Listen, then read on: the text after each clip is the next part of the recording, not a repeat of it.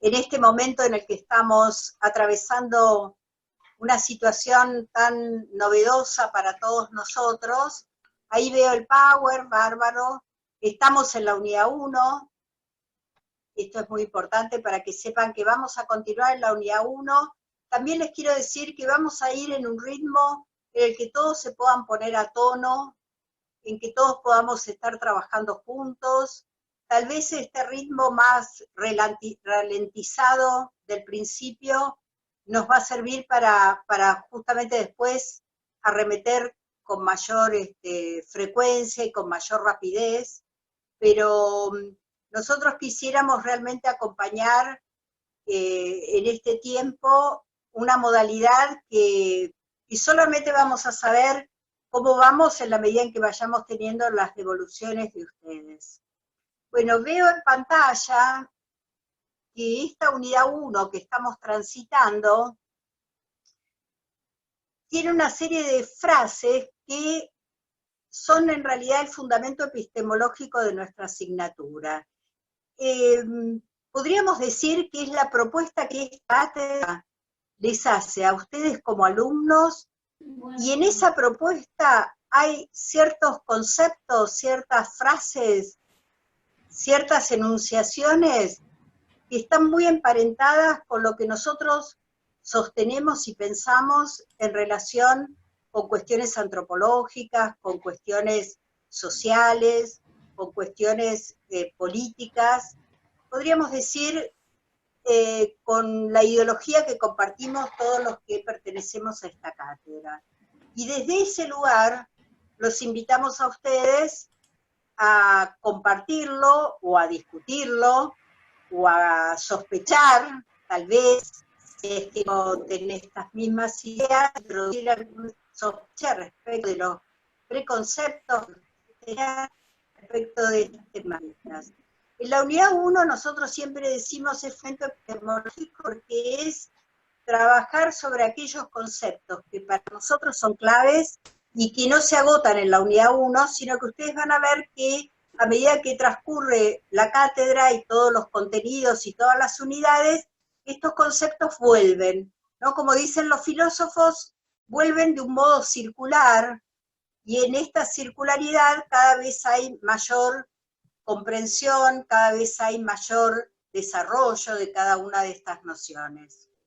Bueno, los 3 primeros párrafos, no vamos a seguir con los últimos 2, los 3 primeros párrafos, yo considero que los compañeros que pudieron leer Cassirer la semana pasada, y que pudieron leer Nelly Schneid, y que pudieron leer el texto de Praxis, y que pudieron leer la complementariedad de mi texto, estarían en condiciones, me gustaría que después piensen, si estarían en condiciones de poder explicar por qué afirmamos que hombre, sujeto cultural, preferiría decir, en estos tiempos contemporáneos,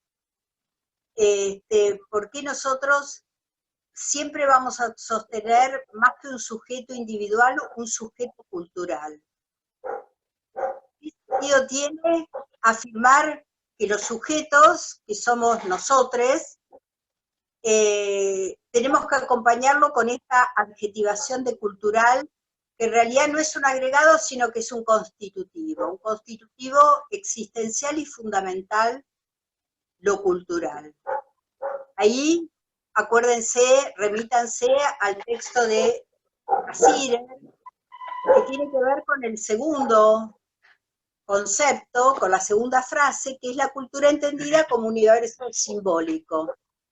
Lo simbólico entendido siempre como una mediación, y aquí los remito a una de las audiocápsulas en las cuales decimos que esa mediación no quiere decir que pensamos conscientemente, eso es fundamental. La mediación quiere decir todas esas formas que configuran nuestro imaginario y nuestra realidad, y a su vez que nosotros también en nuestra intervención configuramos, ¿no? Todo ese universo recibido que tiene que ver con la tradición, toda esa posibilidad que como sujetos culturales tenemos de introducir novedades, innovar, modificar, construir también y colaborar en la construcción de ese universo simbólico. Recordaba, cada vez que pienso esto, me acuerdo de un autor, no sé si lo han estudiado en otras materias, al filósofo Hegel, el cual influye tanto en Marx, influye tanto en Kozik, nuestro autor donde trabajamos Praxis, que es un filósofo neomarxista, Karel Kozik, y ese concepto de praxis viene justamente de Marx, pero Marx está muy formado con Hegel. Bueno, hecha toda esta introducción, vuelvo. Cada vez que leo Universo Simbólico recuerdo a Hegel, que dice que en realidad juega con una metáfora, ¿no? La metáfora del espíritu. Entonces dice, el espíritu subjetivo es el sujeto, y el espíritu objetivo viene a ser la cultura. ¿Por qué lo llama objetivo? Porque es eso que queda, el arte, la ciencia, la tecnología, los ritos, la religión. Yo agregaría las costumbres culturales, los hábitos, todo eso que queda en una cultura y que en realidad nos constituye cuando nacemos, ¿no? En cierto sentido, como decía otro filósofo, nacemos viejos, porque nacemos cargados de toda esa tradición que nos configura, frente a la cual algunas cuestiones ni las revisamos, las repetimos, como son, piensen ustedes, costumbres cotidianas, a lo mejor cómo ponemos la mesa, los horarios de almuerzo, esas cosas que los compañeros que ahora son del interior y viven en La Plata seguramente reproducen sin darse cuenta, porque tiene que ver con el entorno familiar, con las costumbres que cada uno de nosotros recibió en su medio, ¿no? en su mundo cotidiano. Todo eso lo recibimos y solo algunas cuestiones revisamos, cuestionamos, sospechamos, ¿no? Como son las cuestiones de orden político y como son también las cuestiones de orden profesional y como son las cuestiones también de orden moral o ético, que en determinado momento de la vida nosotros, en general se pone como eje la adolescencia, ¿no? Pero bueno, puede ser en otros momentos en los que hasta inclusive les diría en el niño cuando empieza a preguntar, ya empieza de alguna manera a querer comprender eso que ha recibido por tradición, ¿no? Y a lo largo de nuestra vida, cada uno de nosotros, analicen ustedes qué cuestiones realmente las han modificado respecto de la tradición recibida, ¿no? Y así se supone, por suerte, que en esta dinámica de la vida y del transcurrir, vamos cuestionando, vamos sospechando, vamos reformulando muchísimas cuestiones vinculadas con la tradición. Y otras, las que menos nos importan, quedan tal cual las recibimos, ¿no? A veces, inclusive, si ustedes analizan sus opiniones, muchísimas opiniones de temas que en realidad no nos importan demasiado, o no conocemos demasiado, repetimos lo que alguna vez escuchamos, o lo que alguna vez leímos, o también la autoridad de una persona que a lo mejor está formada en eso y confiamos en lo que nos dice. Y bueno, volviendo al tema de universo simbólico, en el audio les decía, queremos reforzar que entiendan bien que cuando Cassirer dice pensamiento, no está hablando del pensamiento consciente, está hablando de la mediación cultural, de cada vez que yo contesto, por ejemplo, no sé, alguien me pisa y yo digo, y me dice perdón, y yo digo, no, no es nada, está todo bien, esa respuesta no es pensada, esa respuesta es una respuesta cultural. Y luego, un tema fundamental, y que este se vincula con praxis, y los quiero invitar la semana que viene a que podamos repasar juntos el texto de praxis, por si hay alguna dificultad en comprender esta cuestión de esta tensión entre teoría y práctica. Los quiero invitar dos cuestiones. Una, que pongan el acento en la frase, la relación hombre-mundo es construida. Esta cuestión de la construcción de las prácticas sociales. O sea, es construida por nuestras propias prácticas. Y esas prácticas, que en el texto de Kozik es la praxis que posibilita lo ontocreador, y en el texto de Cassirer, que en realidad pertenece a un sistema filosófico diametralmente opuesto al de Kozik, pero sin embargo también cuando Cassirer habla de la autoliberación del hombre y de que la cultura es ese camino de autoliberación, los dos están poniendo el acento en algo fundamental que a veces la filosofía tradicional descuidó, justamente por poner el acento en una capacidad y no poner el acento en la acción, en la transformación, en la construcción. Y algo más que quiero agregar, pero que lo vamos a repasar más detenidamente la semana que viene respecto de praxis, que esa construcción convive en esa construcción aspectos teóricos y aspectos prácticos. Con esto quiero decir que nuestra praxis cotidiana está transitada por lo teórico, así como nuestra praxis artística, o en el caso mío, mi praxis filosófica. En mi caso no es solamente pensar, es justamente realizar, es producir. Y en el caso de ustedes no es solamente hacer artístico, sino que es una trama de pensamiento, de intencionalidad, ¿no? de motivación, de intención, de mensaje, donde está todo eso combinado, lo teórico y lo práctico. Bueno, me detengo acá porque lo vamos a trabajar la semana próxima. Y ahí veo la frase: la praxis del hombre está mediada por el horizonte simbólico-cultural, pero a la vez determina y transforma este horizonte. Y aquí, si los compañeros pasan a la próxima lámina,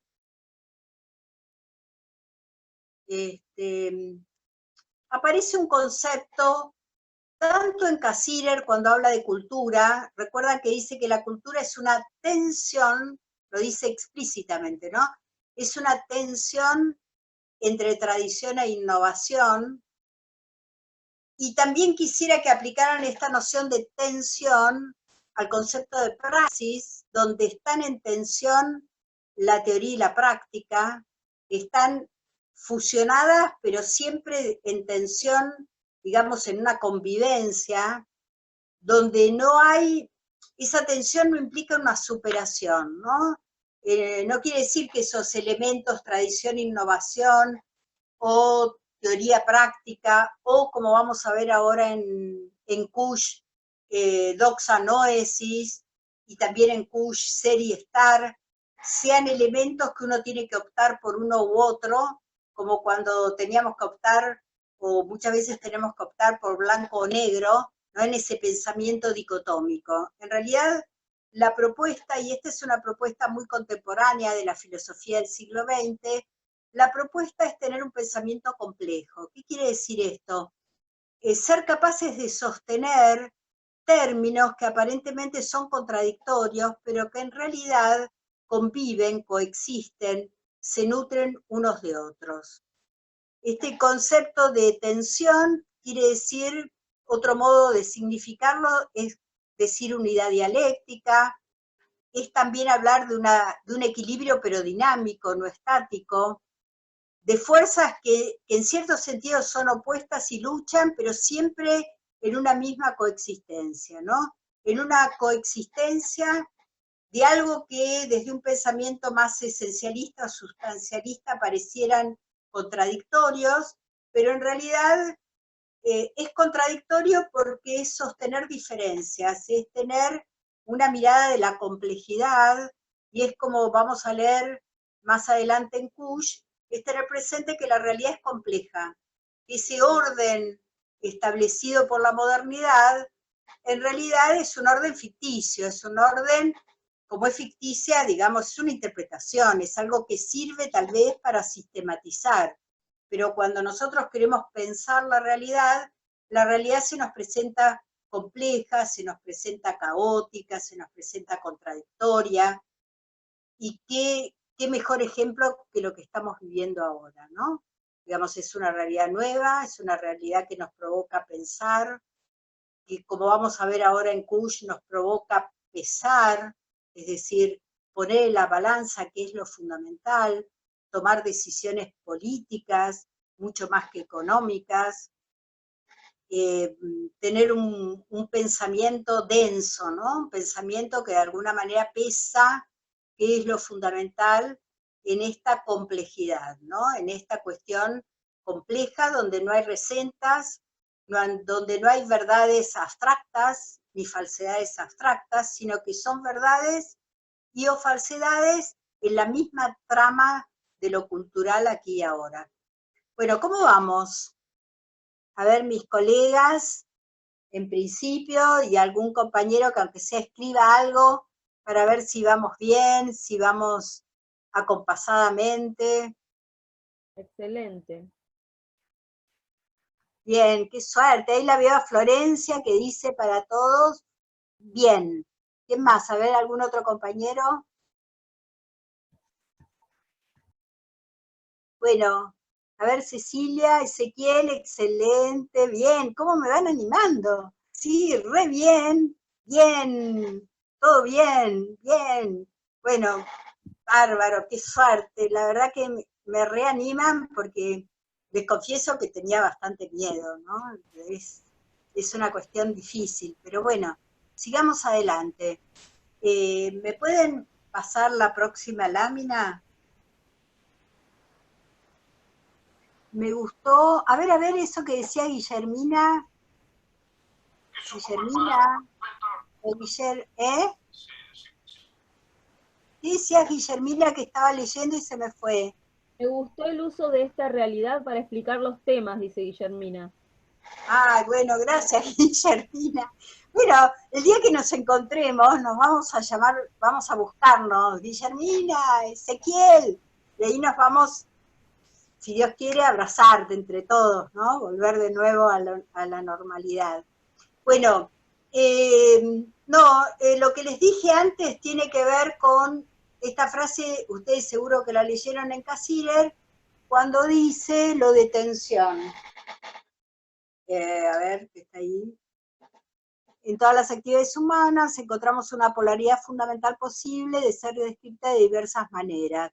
Y ahí aparece el concepto, tensión, entre estabilización y evolución, entre una tendencia que conduce a formas fijas y estables y otra que propende a romper. Este esquema rígido, acá los compañeros que leyeron Nelly Schneid, acuérdense cuando ella habla de corrección, esquema y corrección. ¿Vieron cuando lo aplica? Ese concepto me parece fantástico para ustedes, los compañeros que están en arte, en los lenguajes artísticos, porque qué interesante es eso, ¿no? De ahí se ve la convivencia de los opuestos. Como siempre en arte necesito el estereotipo para generar después la modificación, ¿no? O introducir la corrección, o como dicen los músicos, introducir el desvío, ¿no? Siempre necesito lo previo, y también lo pienso en relación conmigo, que soy usuaria y disfruto con lo que ustedes hacen, como para mí también es necesario que me tiendan un puente de estereotipo conocido. Cuando ustedes me introducen una novedad y pienso, por ejemplo, en la música académica, ¿no? La música académica me tiene que tirar algo para que yo pueda sensiblemente vincularme, porque en realidad la mayoría de nosotros que no somos músicos académicos estamos vinculados a la música tonal. Entonces esa música tonal es como el estereotipo que me permite a mí poder completar, poder tararear, poder inclusive adelantarme el final. En cambio la música académica, una música que yo vinculo también a ciertas cuestiones orientales, musicales, bueno, los compañeros músicos, en todo este tiempo de convivencia en la facultad con mis colegas de música, bueno, me fueron como introduciendo, me tiraban algunos estereotipos para que yo después por ahí fuera a esa música tonal y pudiera también disfrutarla, ¿no? Bueno, o sea que me detuve porque me hizo acordar justamente este concepto de Cassirer a lo que más adelante dice Nelly Schneid. una tensión entre estabilización y evolución, que conduce a formas fijas y estables, y otra que propende, esa es nuestra innovación, a romper este esquema rígido. El hombre gira entre estas dos tendencias. Una trata de preservar viejas formas y otra intenta producir.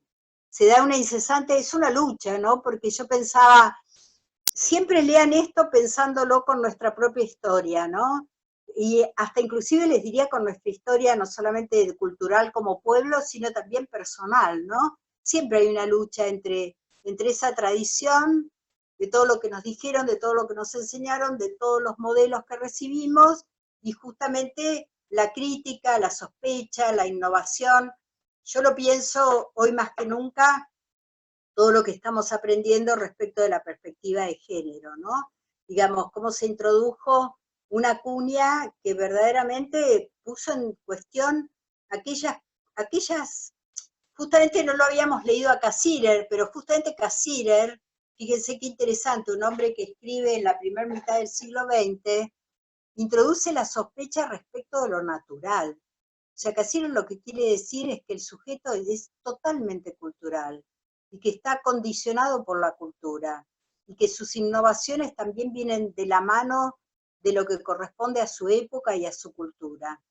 Yo el otro día en uno de los audios les decía, Cassirer todo el tiempo dice el hombre, bueno, el tipo no estaba atravesado en ese momento por la perspectiva de género y aparte reproduce el hombre occidental, blanco, bueno, no sé si era heterosexual, pero digamos, reproduce ese imaginario y ese modelo, ¿no?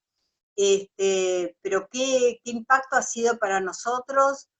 Y sobre todo para los que no somos, digamos, de la generación más audaz y que más se ha comprometido con esta causa y que más nos enseña, qué fuerte ha sido darnos cuenta de esto que dice Cassirer, que el género no es natural. Digamos que hay cuestiones que no son naturales, que son realmente culturales, ¿no? Y que entonces esta remisión a lo biológico y a lo natural, que a veces nos conviene, en realidad es una recurrencia falsa, porque la cultura condiciona y la cultura es la que verdaderamente instituye determinados patrones que, claro, después con el tiempo se naturalizan. Para mí está naturalizado decir perdón si alguien sin querer me empujó. Lo tomo como una naturalización, pero si en realidad si lo indago en lo cultural que mi mamá me enseñó, que no vuelva a empujarlo al chico, sino que le diga, si encima me pide perdón, que yo le diga disculpa, ¿no? Digamos, hay como un convenio cultural que ahora que somos adultos se transformó en natural. Sí. Bueno, sí. Bueno, Rodolfo Kusch. En realidad iba a empezar por esto, qué atrasada que estoy. Pero bueno, le repartí a los compañeros de las comisiones, y a su vez lo van a subir a cada uno de ustedes, un recorrido de Kusch de este capítulo de tecnología y cultura. Y en realidad les digo que este recorrido lo hice ayer, porque es una propuesta de recorrerlo desde otro lugar. Todo esto está en el capítulo, pero ¿saben lo que me pasó? Nunca más atono este capítulo con lo que nos está pasando de la pandemia, de la cuarentena, y de lo que nos está pasando como pueblo, como argentinos, y lo que nos está pasando como latinoamericanos, y lo que nos está pasando, entre comillas, a nivel mundial, ¿no? Entonces, le comentaba hoy a Gabriela, que hablaba más temprano, que la verdad, y este texto, y después Mariana, creo que nos mandó, ¿no, Mariana? Un comentario, porque realmente este texto de Kusch nunca vino más a cuenta del momento que estamos viviendo. Así que los invito, compañeros, estudiantes, a que, casi colegas, ¿no? Porque ustedes ya están ahí, cerquita de recibirse, que cuando lo lean, realmente vayan apropiándoselo. En general lo hacíamos apropiar a lo más pregnante que tenemos cada uno de nosotros, que es nuestra pasión. En el caso de ustedes es lo audiovisual, es la música, en el caso mío es la filosofía, pero les digo que ayer cuando lo leía, lo iba vinculando muchísimo con nuestra propia coyuntura, ¿no? Con este momento. Entonces yo organicé la lectura de este texto siguiendo este camino que nos propone. En realidad este camino lo va proponiendo Kusch, solo que por ahí anticipo algunas cosas que las dice al final. Bueno, él comienza con fíjense, como es filósofo argentino, nació en 1922 y murió en 1979. En la época de la dictadura lo echaron de la universidad donde él daba clase, entonces se fue a vivir a Salta, y ahí incorporó tanto de la cultura aymara, ¿no? Pero estoy buscando acá en el libro que tengo, que él dice, se los digo textualmente, está en la página 93 de la copia que ustedes tienen, por si alguno lo tiene ahí frente a ustedes. Dice, comenzaremos con la filosofía porque pienso que nuestro problema americano no consiste en que nuestra realidad es indómita, sino antes bien en el hecho de que no tenemos formas de pensamiento para comprenderla. Yo les diría que esta es la hipótesis que va a orientar todo este capítulo y otros de Kusch, ¿no? Digamos, este es un poco el problema, ¿no? El problema, la hipótesis problema es esta, no que nuestra realidad sea conflictiva, que lo es, sea contradictoria, que lo es, pero la cuestión más preocupante es que, y aquí acudo a Latinoamérica, pero en especial a los compañeros argentinos, que muchas veces no hemos encontrado formas de pensamiento propio para comprenderla.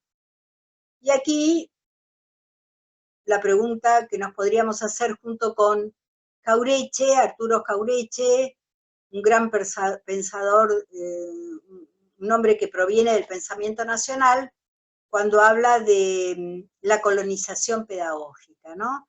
La pregunta que nos tenemos que hacer y que vamos a ir viéndola en el recorrido de Kusch, ¿por qué no tenemos formas de pensamiento propio para comprenderla? ¿Qué nos pasó? Eso por un lado, ¿no? Esta cuestión de la forma de pensamiento propio para comprenderla. Inmediatamente, en la misma página, él utiliza la etimología de la palabra pensar y dice que etimológicamente convive con otro concepto que es pesar. Entonces dice que bueno, sería pensar, que el pensar es pesar, como la balanza. Pesar quiere decir, dice él, indagar puntos de mayor densidad, puntos de mayor consistencia. Es decir, pesar, fíjense para aplicarlo ahora, ¿no? Pensar lo que nos ocurre es pesar, ¿no? ¿Cuáles son los puntos de mayor densidad? ¿Cuáles son los puntos de mayor consistencia? Y a continuación dice, encontrar el sentido. Bueno, encontrar el sentido de esto que nos acontece. Vieron que hay un montón de teorías, hay un montón de sospechas, de cuestiones también de teorías del complot, como decía Humberto Eco, que surgen a propósito, ¿quién hizo esto? ¿Por qué lo hicieron? Hay interpretaciones muy neoliberales, hay interpretaciones de izquierda, hay interpretaciones de algunos pensadores nuestros desde aquí, desde Argentina, pero algo muy interesante es que cuando empezamos a pesar, aparece todo este conflicto que está rodando ahora, que es el tema de la economía y de la decisión política, ¿no? Es decir, tenemos la pandemia, tenemos obviamente una economía que de alguna manera está en crisis, pero tenemos que tomar decisiones políticas, ¿no? Y entonces en esa decisión política, ¿qué es lo que pesa más? Bueno, se los dejo para que lo charlen y lo discutan. Otro concepto dentro de todo esto, fíjense, lo enuncia dentro de lo que podríamos llamar filosofía. Más adelante, Kusch va a distinguir, tomándolo de otro filósofo que se llama Heidegger, el pensar de meditación del pensar de cálculo. Bueno, ese concepto, pensar de meditación y pensar de cálculo, que está casi hacia el final de este capítulo de Tecnología y Cultura, tómenlo como una metáfora, ¿no? El pensar de cálculo, había una historieta donde aparecía Calculini y tenía un libro en la cabeza en su momento. El pensar de cálculo, ¿a qué remite el cálculo, no? Anteojitos, matemáticas, racionalidad, exactitud, un tipo determinado de ciencia. Y por otro lado, acá, esperen que quiero leer, habría que ver, a ver, Simón, me apareció tu texto. Bueno, después se lo contestamos. Hay una reflexión de Simón. ¿Alguien la leyó?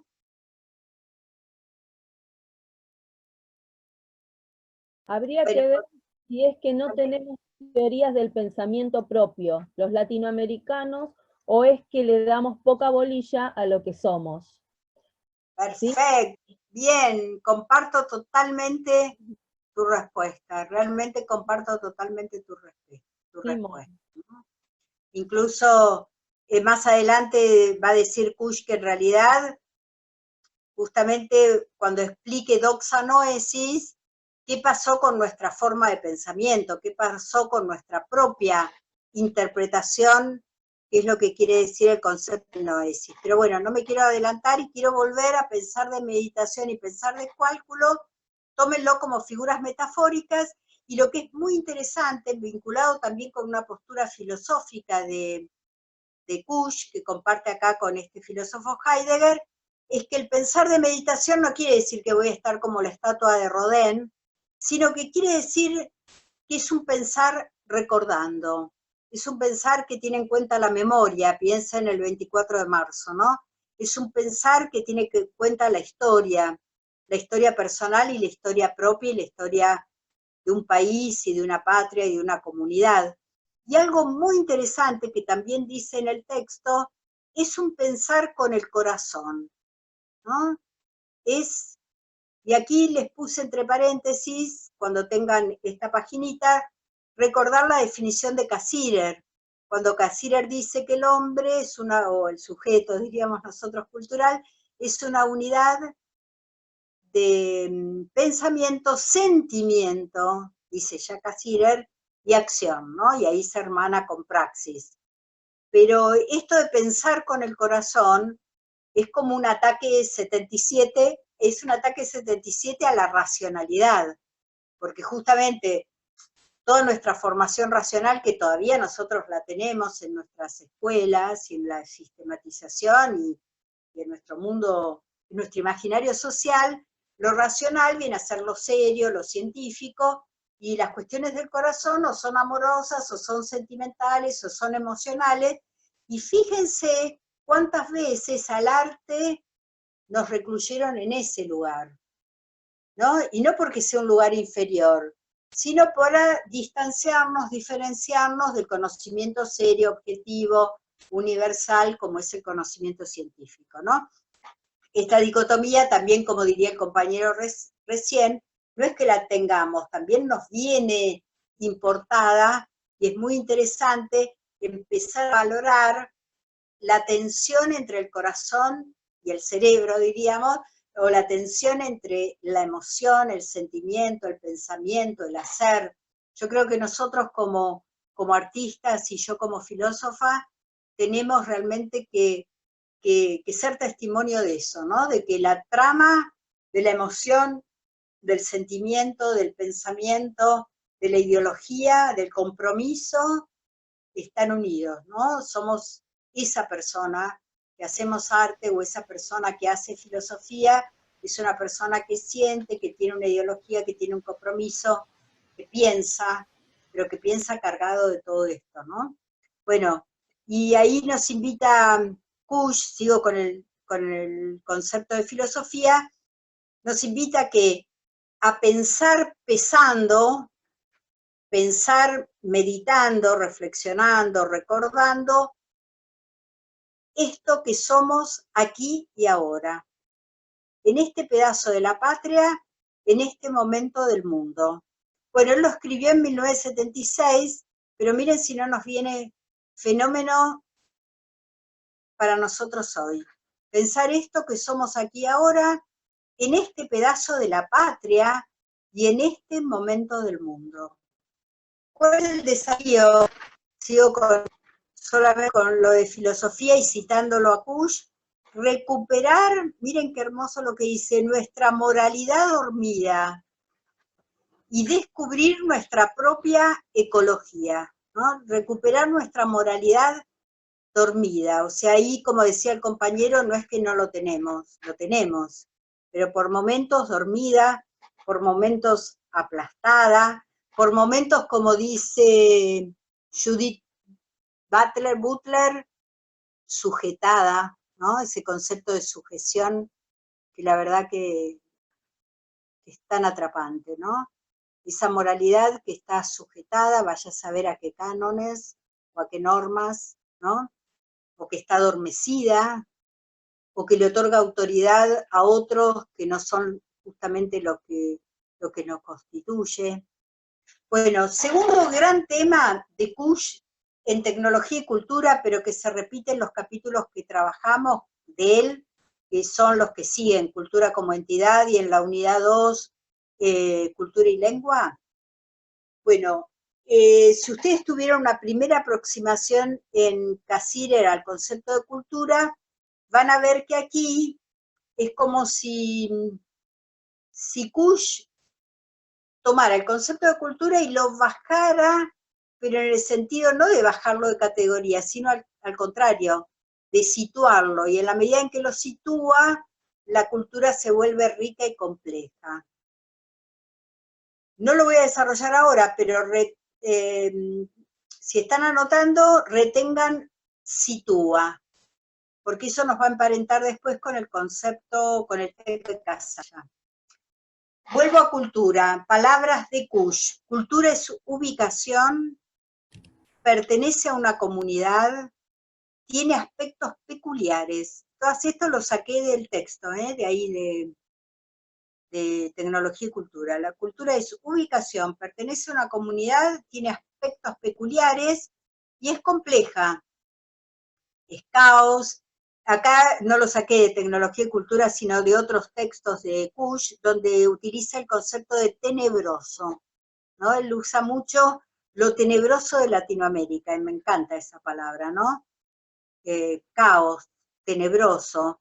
El caos que ha sido tan combatido, ¿no? Desde ese orden, de alguna manera también instituido por otra cultura y que nos vino en esta colonización pedagógica.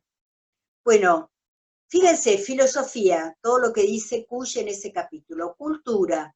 Y de cultura, que es ubicación, pertenece a una comunidad, aspectos peculiares y compleja, le agrega, todo eso nos lleva a ¿qué? A la cultura propia, ¿no? A la propia, a la que cada uno de nosotros pertenece. Y aquí, si tenemos compañeros que no son argentinos, les pido que no se olviden de su propia cultura, que la traigan, que la pongan aquí, ¿no? Que cuando Kusch dice propia, nos está invitando, ya sean compañeros latinoamericanos o sean compañeros de algún otro país que no pertenezca a Latinoamérica, lo que Kusch hace es invitarnos a que esa cultura esté acá sentada con nosotros.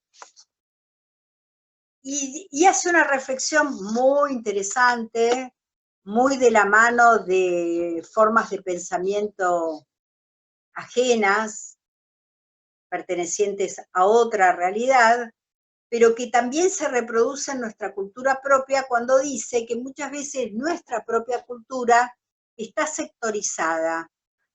Y miren la imagen que utiliza.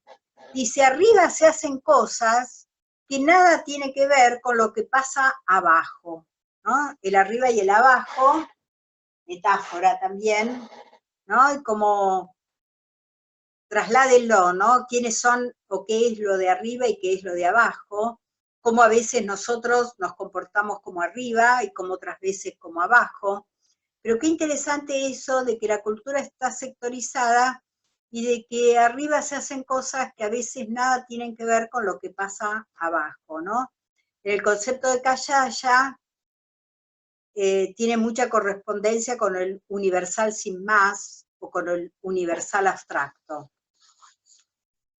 Y en esta parte de cultura propia, en un momento dado, Kusch dice que el problema argentino tiene que ser el problema de nuestro suelo, tiene que ser justamente, tenemos que volver problema nuestros propios problemas.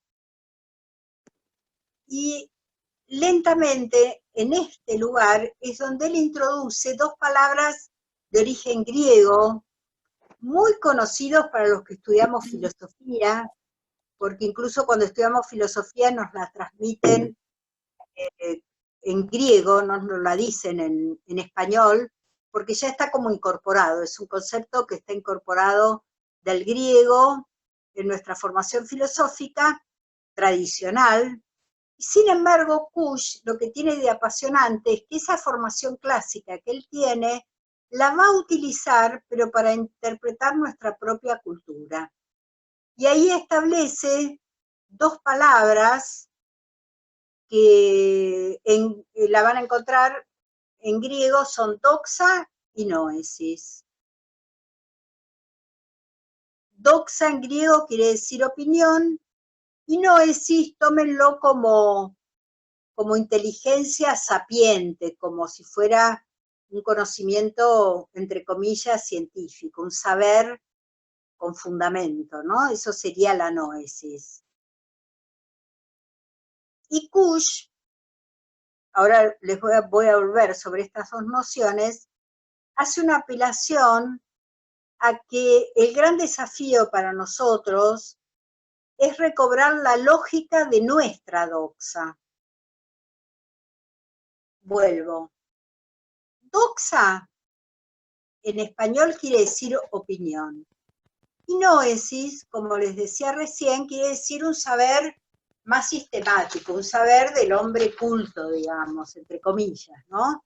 Un saber del que está bien formado, un saber de la persona que tiene formación científica. Ahora, ¿qué nos pasó a nosotros en algunos momentos de nuestra historia? Que nuestra opinión la dejamos de lado para adoptar explicaciones correspondientes a otra noesis. O sea, en lugar de un saber que se nutre de nuestra propia experiencia, que a eso aludiría lo de doxa, que tiene que ver nuestra propia experiencia con la opinión, la noesis debiera ser una opinión fundamentada, pero que parte de la doxa.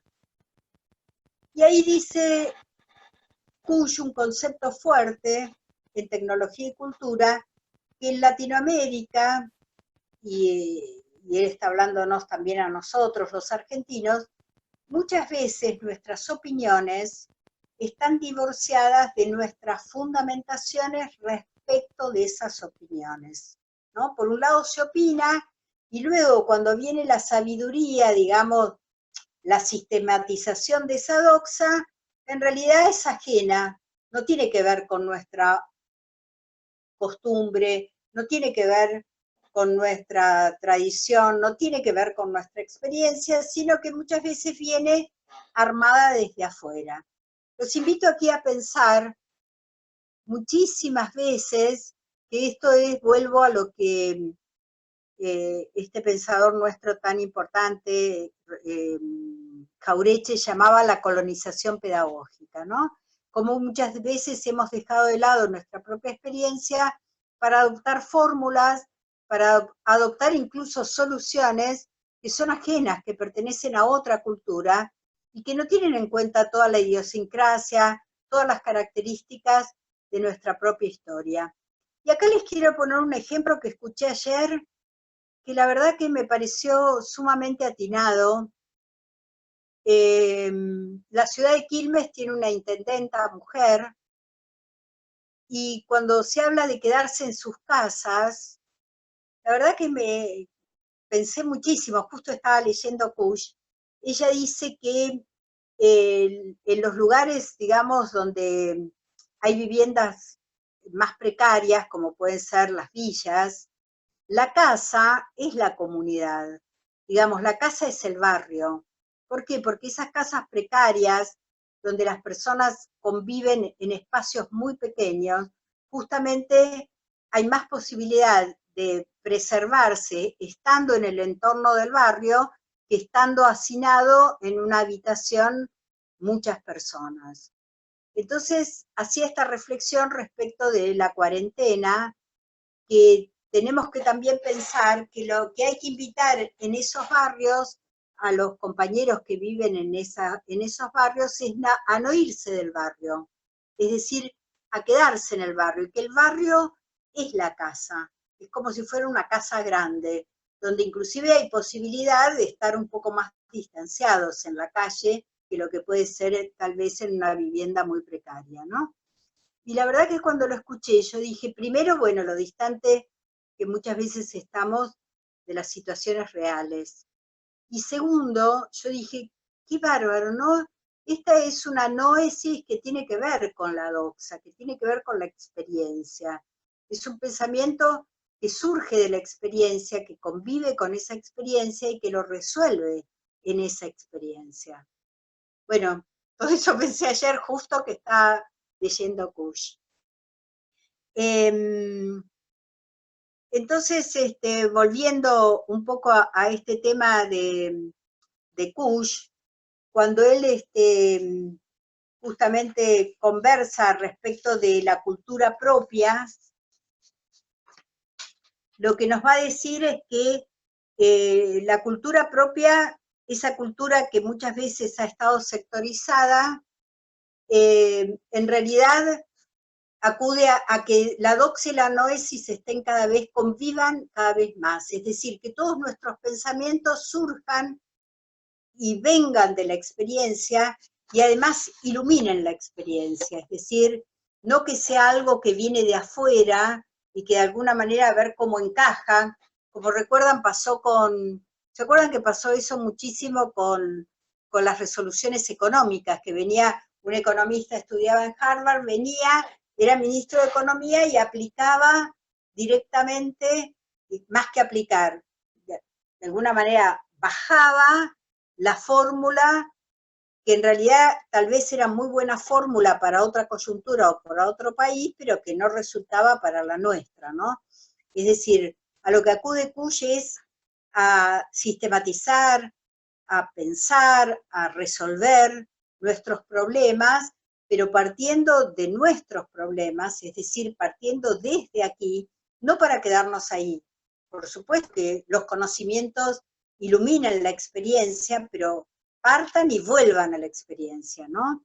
Por eso él dice que hay que recobrar la lógica de la doxa, ¿no? De alguna manera, la lógica del pensamiento, pero que tiene que ver con la experiencia, que tiene que ver con la situación real, ¿no? Que tiene que ver con los condicionamientos concretos y reales de nuestra propia historia. Bueno, ¿cómo vamos? Vamos muy bien. Muy bien, muy bien. ¿Seguimos? Tenemos que dejar tiempo para preguntas, Mónica. Son y 37, claro, así tenemos 13 minutos para las preguntas. ¿Cómo? ¿Dónde quieren que corte ya? Una diapositiva más quizás y ya preguntas. Porque están preguntando sobre la doxa, sobre el pensar de cálculo. Además de decirte que sos genial y una maravilla, tener algunas preguntas. Bueno, no, me quedo con genial y maravilla, no quiero nada más. Bueno, entonces esperen, me detengo acá en cultura propia. Simplemente enuncio algo. Esto de cultura propia tiene que ver con doxa noesis, con cómo resolvemos nuestra propia, como dice él, recobrar la lógica de la doxa. Y luego, algo clave de este capítulo es la relación entre tecnología, ciencia y política. ustedes van a ver que Kusch es muy interesante y viene muy a cuento de lo que nos está pasando ahora. Por un lado, la cultura y la política se identifican. No está pensando Kusch en una política partidaria, aunque algunos de nosotros podríamos también sostenerlo, pero él en realidad piensa la política como, de alguna manera, la construcción de un pueblo, ¿no? Lo que sería la polis, la política y la cultura se identifican. Eso es a lo que acude. ¿Por qué? ¿En qué se identifican? En que tanto la cultura como la política es una estrategia para vivir.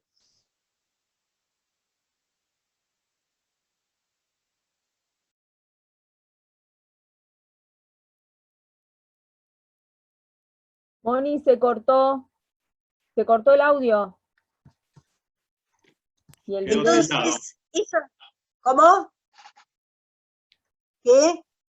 No, seguí, aprovechemos el ratito. Se cortó, que retomes que se cortó. Sí, ¿me siguen escuchando? Ahora sí, que sigas conectando política. Bueno, entonces, no, lo último que quiero decir es que cuando lo lean van a ver que si bien es importante la ciencia y la tecnología, Kusch va a decir que son apéndices de la cultura entendida como política. O sea, primero la decisión política y en función de la decisión política el uso de la tecnología y de la ciencia. Pero primero tiene que haber una decisión política. Yo me atrevería a decir también aquí la cuestión de la economía, ¿no? Tanto la economía como la tecnología y la ciencia son apéndices de una decisión política, ¿no? Primero es la decisión, la estrategia política y cultural de un pueblo en determinado momento y luego quedan como subalternos tanto la tecnología como la ciencia y me animaría a decir como la economía. No quiere decir que no sean fundamentales, a ver si se entiende este concepto, pero quien dirige el timón es la política. Y tecnología, ciencia, economía estarán supeditados a la estrategia más conveniente que un pueblo decida con respecto a su propia historia, ¿no? Primero dice Kusch, ¿qué es lo que queremos? ¿Para qué? Y luego la utilización de la ciencia y la tecnología. Porque la ciencia y la tecnología, en realidad, producidas por la cultura moderna occidental, lo que nos tenemos que preguntar es, fantástico todo ese progreso, pero ¿qué hacemos con ellas? ¿En qué momento las introducimos? ¿Cuándo es conveniente? Bueno, todo esto da una conversación, nosotros que estamos usando en este momento la tecnología, y ni que hablar los compañeros de artes audiovisuales y de música con toda la tecnología, bueno, artes audiovisuales, ¿no? Todo lo que hay de ayornado, sería necio decir, no me interesa. El tema es preguntarnos qué hacer con ellas, ¿no? En qué momento usarlas y ser consciente de que en realidad no hay autonomía y que todo depende de la decisión política y estratégica de un pueblo, de una comunidad, de un sector, como puede ser el sector del arte o el sector de las artes audiovisuales o el sector de la música, ¿no? Y entonces para él, acá viene algo muy interesante para cuando lo lean, cómo cultura y política son sinónimos en tanto los veamos como una estrategia para vivir, ¿no? Y todo lo que se da en torno, dice, como ser la costumbre, el ritual mágico, la producción literaria, incluso la tecnología o la ciencia, tienen que siempre responder a esa estrategia para vivir aquí y ahora. Ahí no valen las universidades, universalidades, puede ser universidades, es el mundo de lo particular. Y aquí cuando lean Casalla, yo les puse, entre paréntesis, ver Casalla, porque tiene mucho que ver con él. Y por último, nada, les digo algo, cuando lean lo que dice el escritor, piénsenlo referido a ustedes también, ¿no? Él utiliza el escritor, pero realmente es una categoría que nos viene muy bien tanto a las personas de artes audiovisuales como a lo de música, bueno, como a todos los lenguajes artísticos y proyectuales, ¿no? ¿En qué sentido el escritor acepta el caos, acepta la contradicción? en qué sentido el escritor de alguna manera da un paso más allá del científico, y cuál es su rol, y ahí me gustaría que también piensen ustedes cuál es el rol de ustedes.